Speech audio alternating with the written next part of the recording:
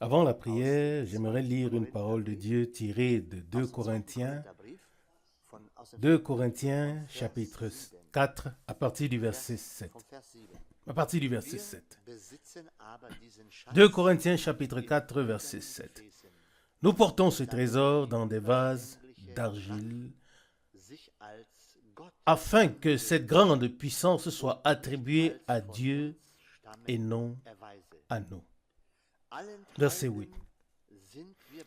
Nous sommes pressés de toutes parts, mais non écrasés, dans la détresse, mais non dans le désespoir, persécutés, mais non abandonnés, renversés, mais pas tués. Verset 10. Portant toujours dans notre corps la mort de Jésus, afin que la vie de Jésus soit aussi manifestée dans nos corps. Verset 11. Car nous qui vivons, nous sommes sans cesse livrés à la mort à cause de Jésus, afin que la vie de Jésus se manifeste dans notre chair mortelle. Verset 12. Ainsi la mort agit en nous, mais la vie agit en vous. Verset 13. Mais comme nous avons le même esprit de foi, selon la parole de l'Écriture, j'ai cru, c'est pourquoi j'ai parlé. Nous aussi, nous croyons, et c'est pourquoi nous parlons aussi. Car nous savons que celui qui a ressuscité le Seigneur Jésus nous ressuscitera aussi avec Jésus et nous fera paraître avec vous en sa présence. Il ne s'agissait pas d'une foi quelconque, mais de la foi selon les Écritures. Comme le dit la parole de Dieu, j'ai cru, c'est pourquoi j'ai parlé. Oui. Nous croyons aussi, c'est pourquoi nous parlons aussi. Oui, c'était ça. Ils ont cru, comme dit l'Écriture, et c'est pourquoi ils ont aussi parlé. Oui, ça m'a marqué. Cet homme de Dieu n'a pas gardé le silence, même s'il était dans les chaînes, même quand il était dans les chaînes. Mais il a parlé, même lorsque ce n'était pas facile dans la vie. Non, il a tenu bon.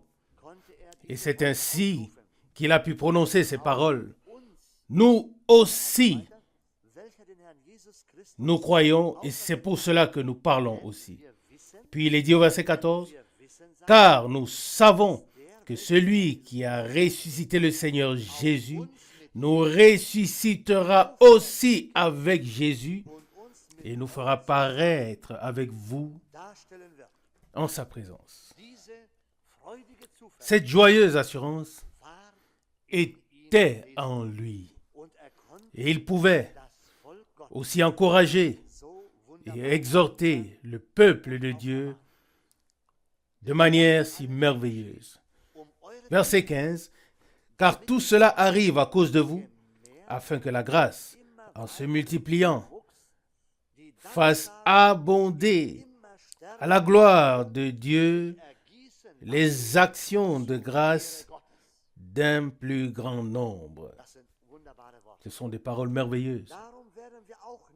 Verset 16. C'est pourquoi nous ne perdons pas courage, dit-il. Non. Et lors même que notre homme extérieur sera détruit, ou se détruit. Oui, nous pouvons en effet voir que ce n'était pas une situation facile. C'était une situation difficile. Et il dit, c'est pourquoi nous ne perdons pas courage. Oui, c'est ça. Oui, il aurait peut-être pu se décourager parfois, vu la situation. Mais il ne s'est pas découragé, mais il gardait le courage.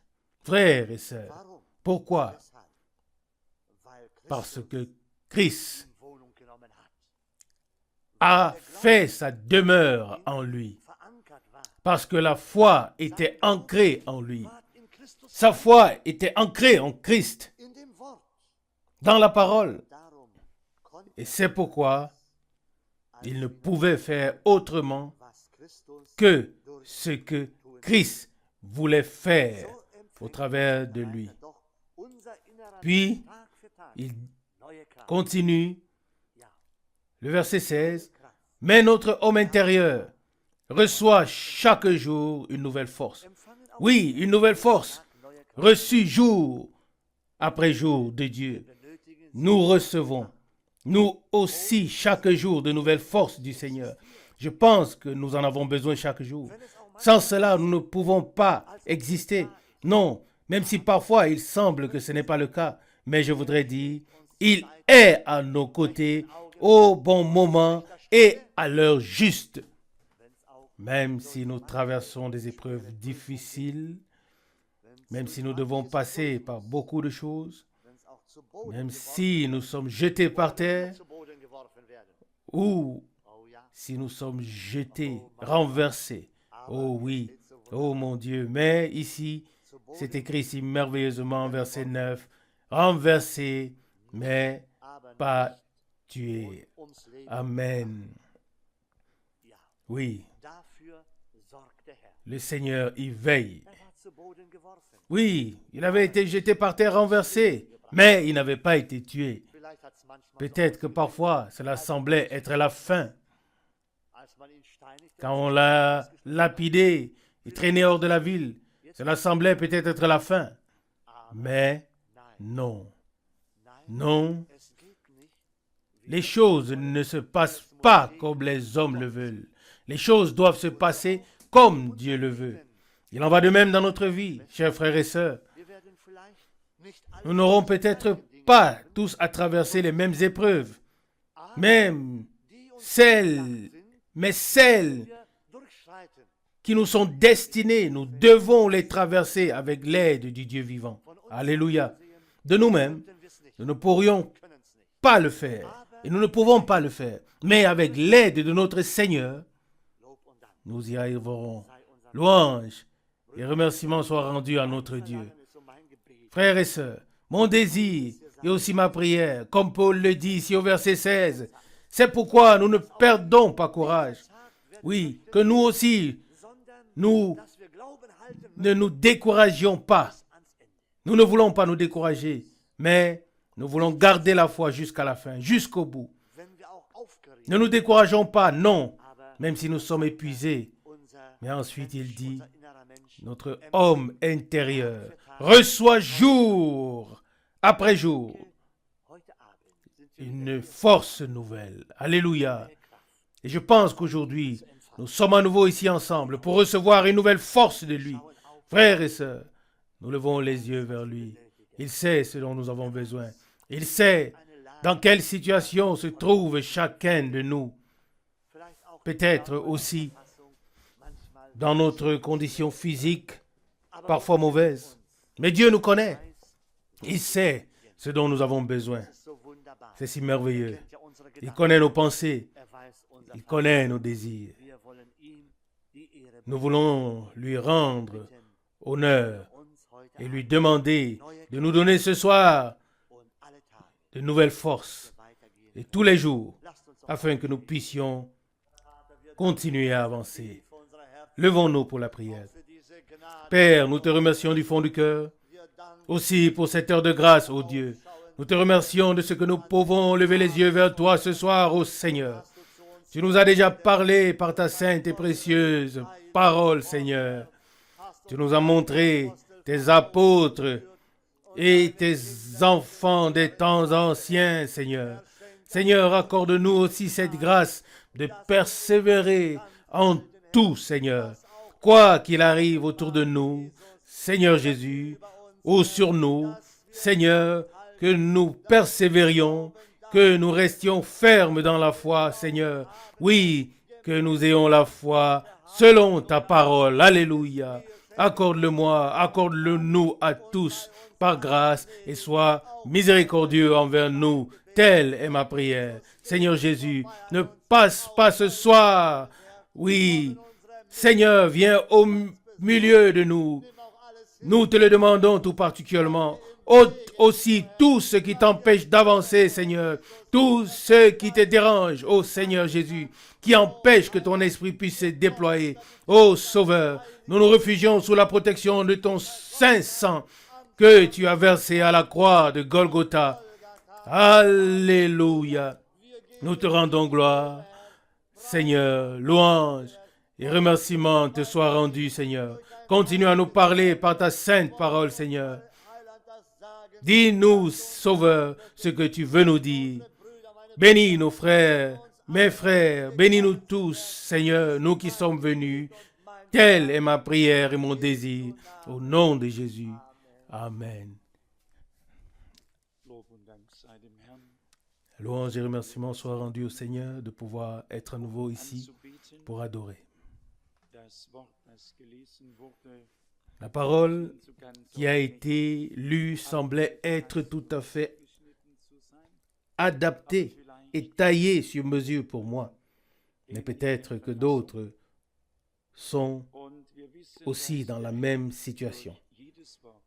Et nous savons que le Seigneur veut nous parler à tous à travers chaque parole.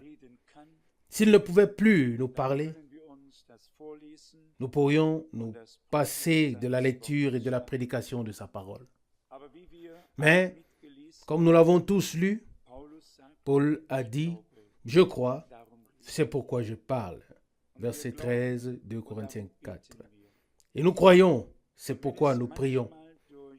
Et même si parfois nous traversons des moments difficiles, où nous nous retrouvons vraiment comme Jonas, au fond du gouffre, et qu'il n'y ait plus la possibilité de tomber plus bas, alors il suffit de lever les yeux vers le haut pour que toute la situation change. Dieu pourvoit à tout au temps marqué.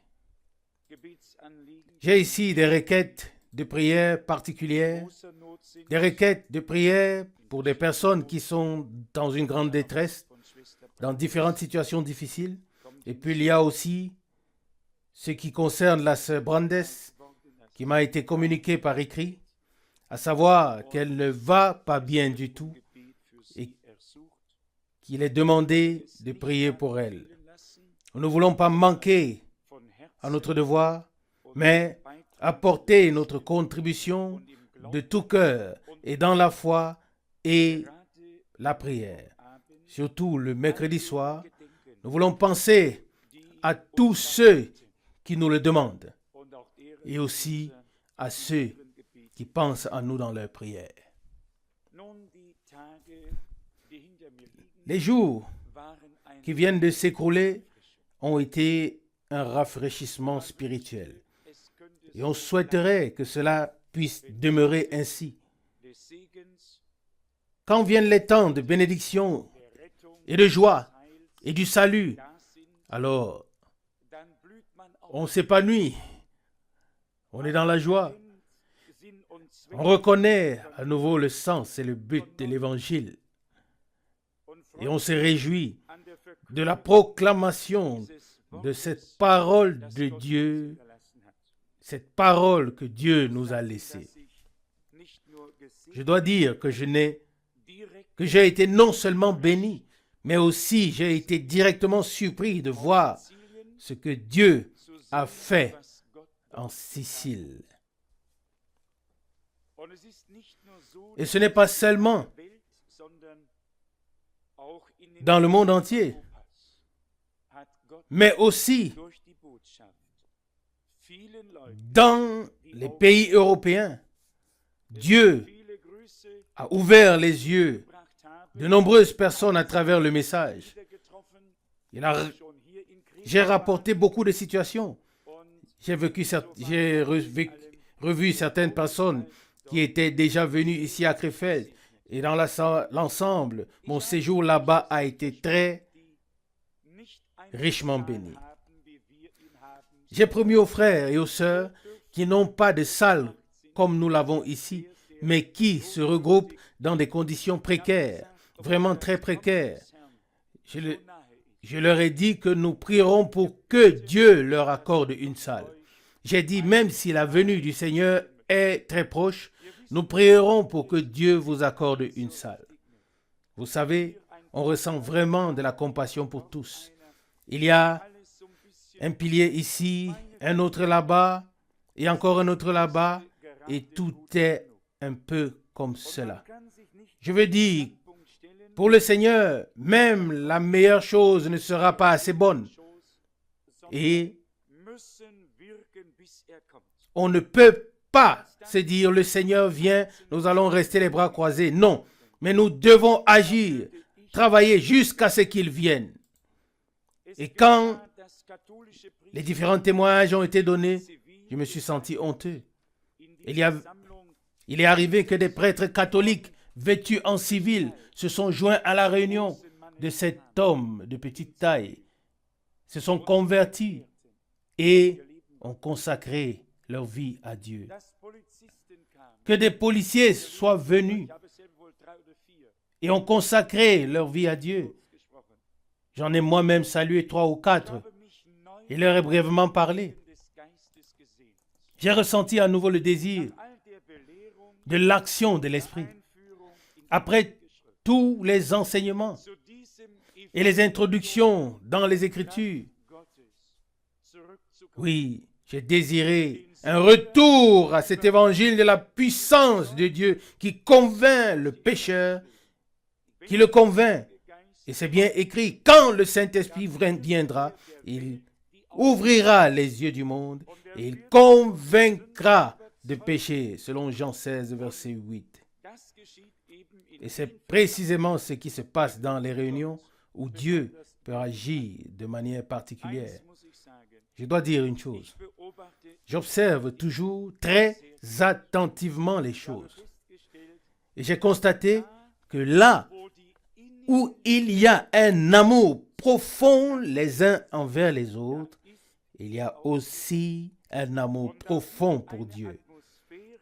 Et cela crée une atmosphère dans laquelle l'Esprit de Dieu peut agir de manière puissante. Alléluia. Et ainsi, je n'ai vraiment que du positif à rapporter.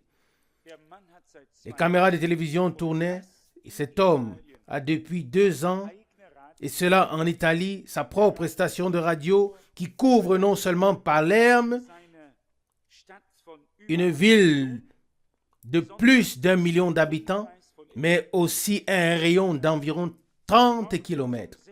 Il commence son propre programme à 6 heures du matin avec les cantiques, avec la musique, des témoignages et des prédications.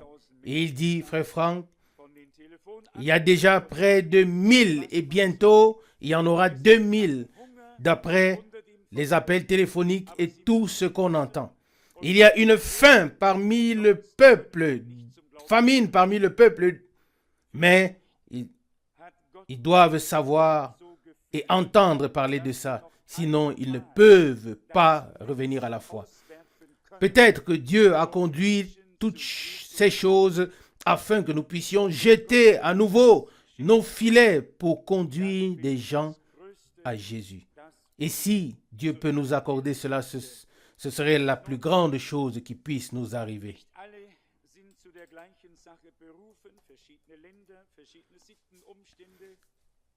Bon, tout le monde n'est pas appelé à la même chose.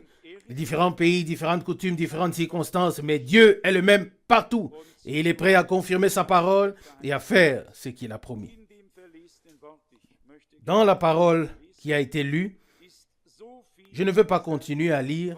Il a été dit tellement de choses que nous ne pouvons même pas tout le comprendre et le mesurer.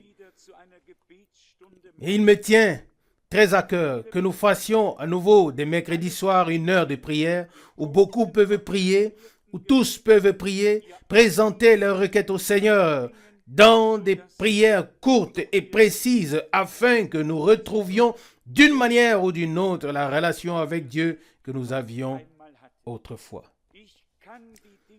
Je ne peux pas nier les choses que Dieu a faites. Je ne peux pas nier ce qu'il a fait, ce qu'il a dit et non plus ce qu'il a accompli. Et je dois dire, nous pouvons nous creuser ou nous casser la tête et chercher, sonder jusqu'à ce que nous soyons vieux et que nous ayons les cheveux gris. Nous pouvons rester debout devant les décombres, mais rien ne se passera. Nous tous qui sommes nés dans la génération précédente savons qu'après l'effondrement de ce pays, après la destruction des maisons et tout le reste, les gens ne se sont pas assis pour discuter de la façon tout cela est arrivé. Non, ils se sont mis au travail. Ils se sont mis au travail, ont déblayé les décombres, ont dégagé tout ce qui était enfoui et ils ont reconstruit. Sinon, aujourd'hui, nous serions encore assis sur les mêmes décombres que le 8 mai 1947. En tant que croyants, et c'est le Seigneur Jésus lui-même qui le dit, en tant que des croyants, nous sommes parfois plus insensés que les gens du monde. Et le Seigneur dit, les fils ou les enfants de ce monde sont plus sages que les fils.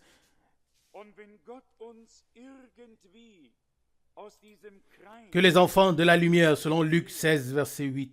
Et si Dieu pouvait d'une manière ou d'une autre nous ouvrir une porte pour sortir de ce cercle dans lequel nous tournons afin qu'il puisse nous aider à nouveau, chacun d'entre nous, et nous nous connaissons tous depuis assez longtemps pour pouvoir parler librement entre nous, nous savons tous ce qui s'est passé. Certains connaissent les détails, d'autres non. Mais ce n'est pas la question.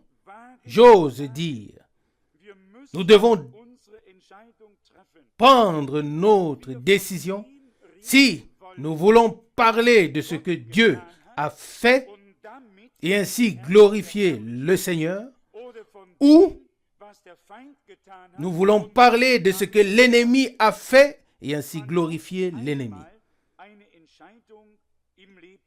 Oui, il faut un jour prendre une décision dans la vie. Je sais que ce n'est pas facile pour moi et que ce sera une décision divine. Mais une chose est certaine, lorsque nous écoutons une telle parole comme ici, elle nous interpelle. Et nous ne pouvons que dire et témoigner que nous aussi, nous portons ce trésor dans des vases d'argile ou de terre, afin que cette grande puissance soit attribuée à Dieu et non comme venant de nous. Verset 7, 2 Corinthiens chapitre 4, parole d'introduction. Le Seigneur a dit très clairement, sans moi, vous ne pouvez rien faire. Mais avec lui, nous vaincrons largement. Avec lui, nous pouvons aller de l'avant. Avec lui, nous pouvons lever les yeux et voir qu'il n'a pas changé et qu'il est quelque part. Le Seigneur a aussi la solution même contre la mort. Nous ne l'avons pas, mais lui, il l'a. Et si il a la solution même contre la mort, alors ce n'est pas seulement contre la mort physique, mais aussi contre la mort spirituelle. Et je suis convaincu qu'il ne donne pas seulement une solution, mais qu'il a le pouvoir de l'exécuter, de le mettre en œuvre, car il est conseil. Il est la solution. Nous, en tant que des hommes, nous ne sommes pas des conseils. Nous donnons des conseils, puis nous restons là impuissants. Mais lui, il est conseil. Il est le conseil. Parce qu'il est le conseil, il ne se contente pas de donner en parole, mais il le met en pratique afin que nous puissions tous être aidés. Voici ensuite le verset suivant, le verset 8, 2 Corinthiens chapitre 4. Nous sommes pressés de toutes parts, mais non écrasés. Dans la détresse, mais non dans le désespoir. Parfois, nous sommes proches de cela. Parfois, nous sommes proches de cela. Mais quand il est écrit ici qu'un tel apôtre était dans la détresse, cela signifie qu'il ne savait plus quoi faire et que les autres non plus. C'était un temps, un état de désarroi sans solution. Et je me demande, est-ce l'Esprit de Dieu qui lui a inspiré ces paroles afin qu'il les écrive, afin que nous soyons réconfortés par Dieu et fortifiés par le Seigneur en cette période de désarroi sans solution? Veut-il nous dire aujourd'hui, à vous et à moi, à travers ces paroles inspirées, veut-il nous dire, écoutez, même si vous êtes désemparés sans solution, faites-moi confiance. Je suis conseil, puissance, Père éternel, Prince de paix. Je suis le même et je serai avec vous. Mais pas dans le découragement. Et j'espère que cela s'applique encore à moi, que mon état n'a pas encore atteint ce point de découragement. Puis, il est dit au verset 9, persécutés, mais non abandonnés. Nous pouvons également le témoigner. Quoi qu'il se soit passé, Dieu n'abandonnera pas les siens et ne les délaissera pas. C'est la promesse qu'il nous a donnée. Peut-être nous serons abandonnés par des hommes, mais pas par Dieu. Et quand nous serons renversés ou jetés par terre, comme il est écrit ici, mais pas tués. Et il dit au verset 10, portant toujours dans notre corps la mort de Jésus, afin que la vie de Jésus soit aussi manifestée dans notre corps. Amen. Verset 12. Ainsi, la mort agit en nous, mais la vie agit en vous. Paul ne vivait pas pour lui-même, il vivait pour le Seigneur. Il avait à l'esprit la cause de Dieu. Et je peux encore le dire avec certitude aujourd'hui, sans être gêné. Pour moi, l'œuvre de Dieu était et demeurera la priorité, demeurera à la première place. Quoi qu'il arrive, la cause de Dieu est la plus importante qui soit sur la terre. Et notre vie n'a ni sens ni but si Dieu n'est pas devenu le centre de notre existence.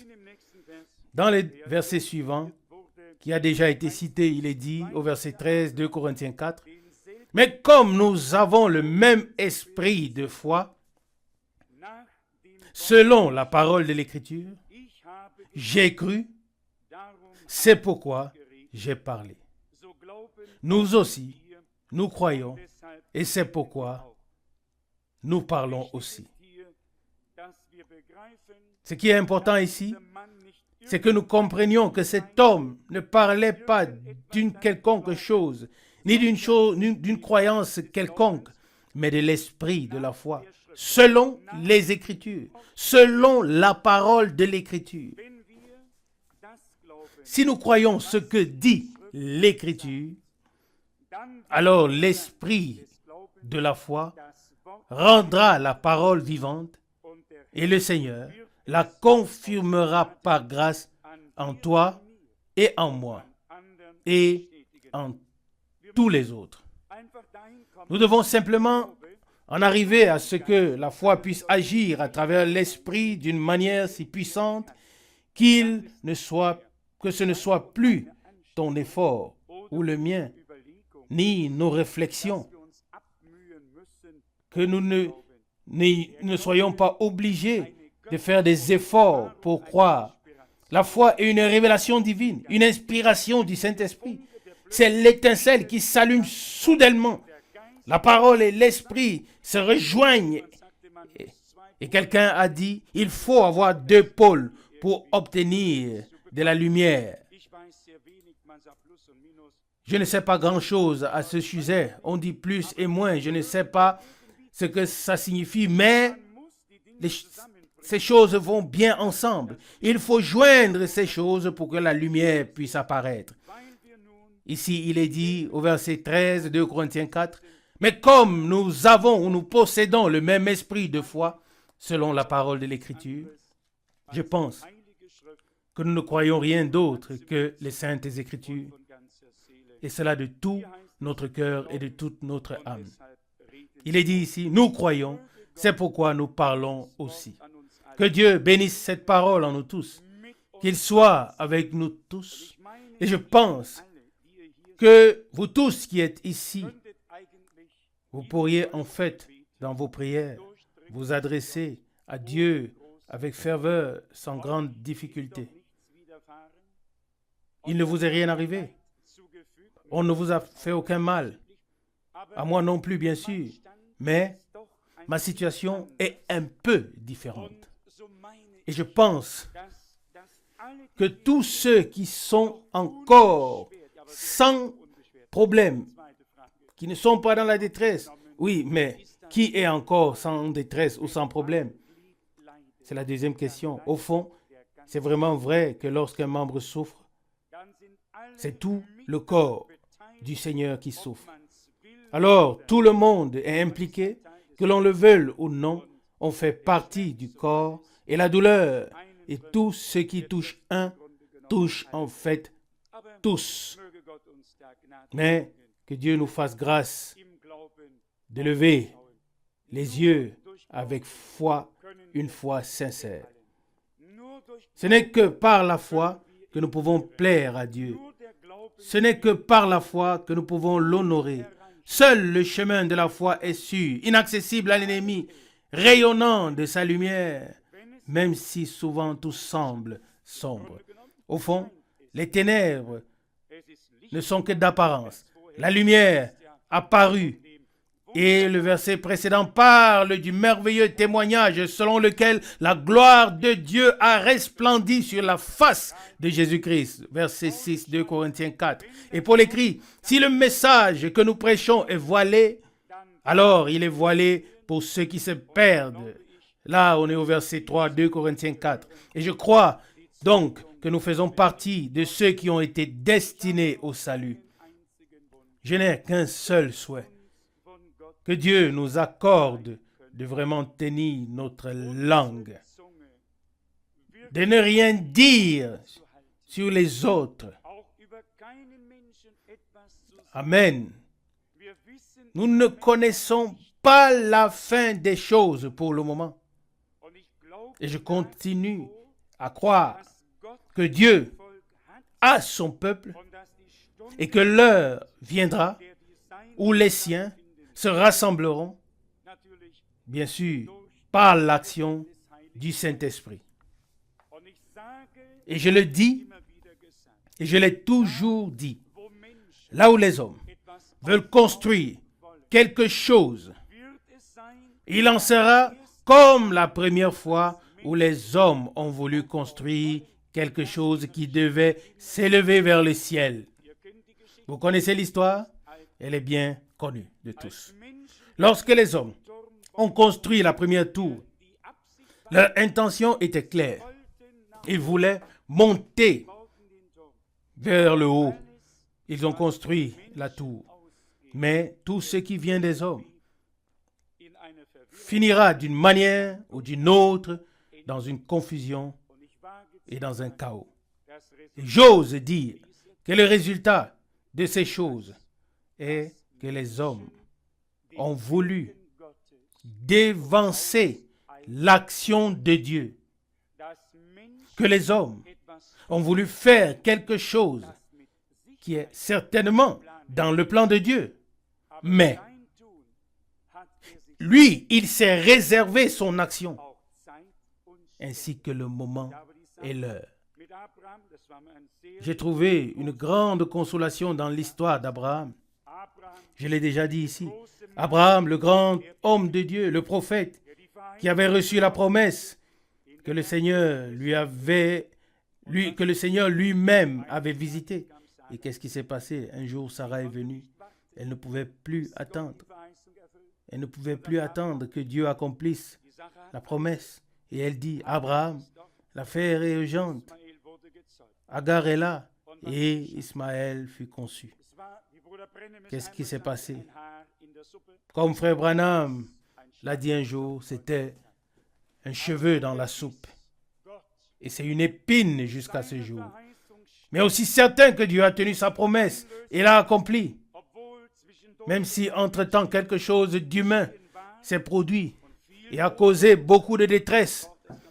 Il suffit simplement de lire le chapitre en question. Dieu a fait venir Isaac en son temps. Alléluia.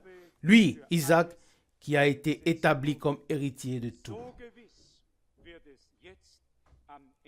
Il en sera certainement de même maintenant à la fin. Oui, c'est la mi-temps. Nous parlons humainement. Tous nos vieux hommes qui sont comparables à Ismaël, il suffit de regarder dans le miroir. Comme frère Rousse l'a dit hier soir, si je l'ai bien compris, il a dit, certains regardent dans le miroir, mais ils voient quelqu'un d'autre. Et c'est vraiment possible. On peut se regarder dans le miroir, se tenant un peu incliné, et on voit quelqu'un d'autre. Mais il faut tenir le miroir de la parole droit devant soi-même. Cela vaut pour moi, cela vaut pour toi. Une chose est certaine, le Seigneur aura une église, épouse, il aura un reste. Et le frère Branham a dit que c'est parmi ce petit reste que les grandes choses de Dieu se produiront. Je ne peux pas déterminer combien ils seront, qui ils seront. Mon espoir et ma foi ont toujours été et continuent d'être que tous ceux qui ont entendu la parole, qui l'ont acceptée, qui veulent la grâce de Dieu, qu'ils puissent vraiment en faire partie. Mais seul Dieu le sait, pas moi. Mais gardons toutefois notre bouche fermée et ne faisons rien à personne d'aucune manière que ce soit. Il est dit quelque part par le Seigneur dans la Bible, il a tout remis entre les mains de celui qui juge de manière juste. Alléluia. Ça, c'est ce que nous devons faire. Et cela est devenu grand pour moi. Et j'ai dû en tirer une terrible leçon. Combien de fois ai-je ouvert ma bouche, même dans la voiture, pour parler à moi-même ou pour dire n'importe quoi? Le Seigneur a-t-il ouvert sa bouche? S'est-il plaint de quelqu'un? Oh Seigneur. Est-il allé voir Pierre pour lui dire, as-tu vu le mal qui m'a été fait? Est-il allé vers Jacques et a-t-il dit, ils m'ont craché dessus aujourd'hui? Est-il allé dire aujourd'hui, ils ont voilé ma tête et m'ont frappé en me disant, prophétise qui t'a frappé? S'est-il plaint une seule fois à quelqu'un? Non. Il n'a pas ouvert la bouche comme un agneau mené à l'abattoir. Alléluia. Si Dieu pouvait nous accorder cela, que même face aux choses qui nous laissent bouche bée, parce qu'elles nous semblent si incompréhensibles lorsque nous les entendons, qu'il nous accorde de simplement les entendre, mais de garder le silence. Et que nous disions, Seigneur, tu connais toutes choses, tu connais la vérité, tu sais si c'est vrai. Je remets tout entre tes mains, je te le confie, fais-en ce que tu veux. C'est peut-être ainsi que Dieu nous montrera son salut et qu'il se tournera à nouveau vers nous et se révélera. Alléluia. Que Dieu nous bénisse tous. Amen. Voici encore quelques requêtes. Prions. Nous venons ensemble, Seigneur. J'ai posé mes mains au Seigneur sur ces requêtes. Mon Dieu, pose tes mains dessus, ô Seigneur. Seigneur, je ne suis pas digne d'être ici. Je ne suis pas digne d'ouvrir ma bouche. Je ne suis pas digne, Seigneur, de lire ta parole. Mais Seigneur, je te remercie, ô Seigneur, de me permettre de me tenir ici. C'est ta grâce, c'est ta miséricorde. Seigneur, nous venons maintenant ensemble et nous te prions, Seigneur, d'accorder ta grâce à tous ceux qui ont écrit. Ô Seigneur, nous te le demandons ensemble. Seigneur, nous ne pouvons pas aider, mais tu es le grand secours. Tu es le grand médecin. Tu es le grand sauveur. Tu es le libérateur. Seigneur, qu'ils soient tous libérés, guéris, Seigneur, par ton merveilleux et glorieux nom de Jésus. Seigneur, nous te remercions de nous permettre de venir ainsi à toi ensemble et de tout remettre entre tes mains. Sois loué, sois glorifié pour tout. Seigneur, accepte aussi le remerciement pour ta parole qui nous a été donnée jusqu'à ces jours, jusqu'à cette heure, Seigneur.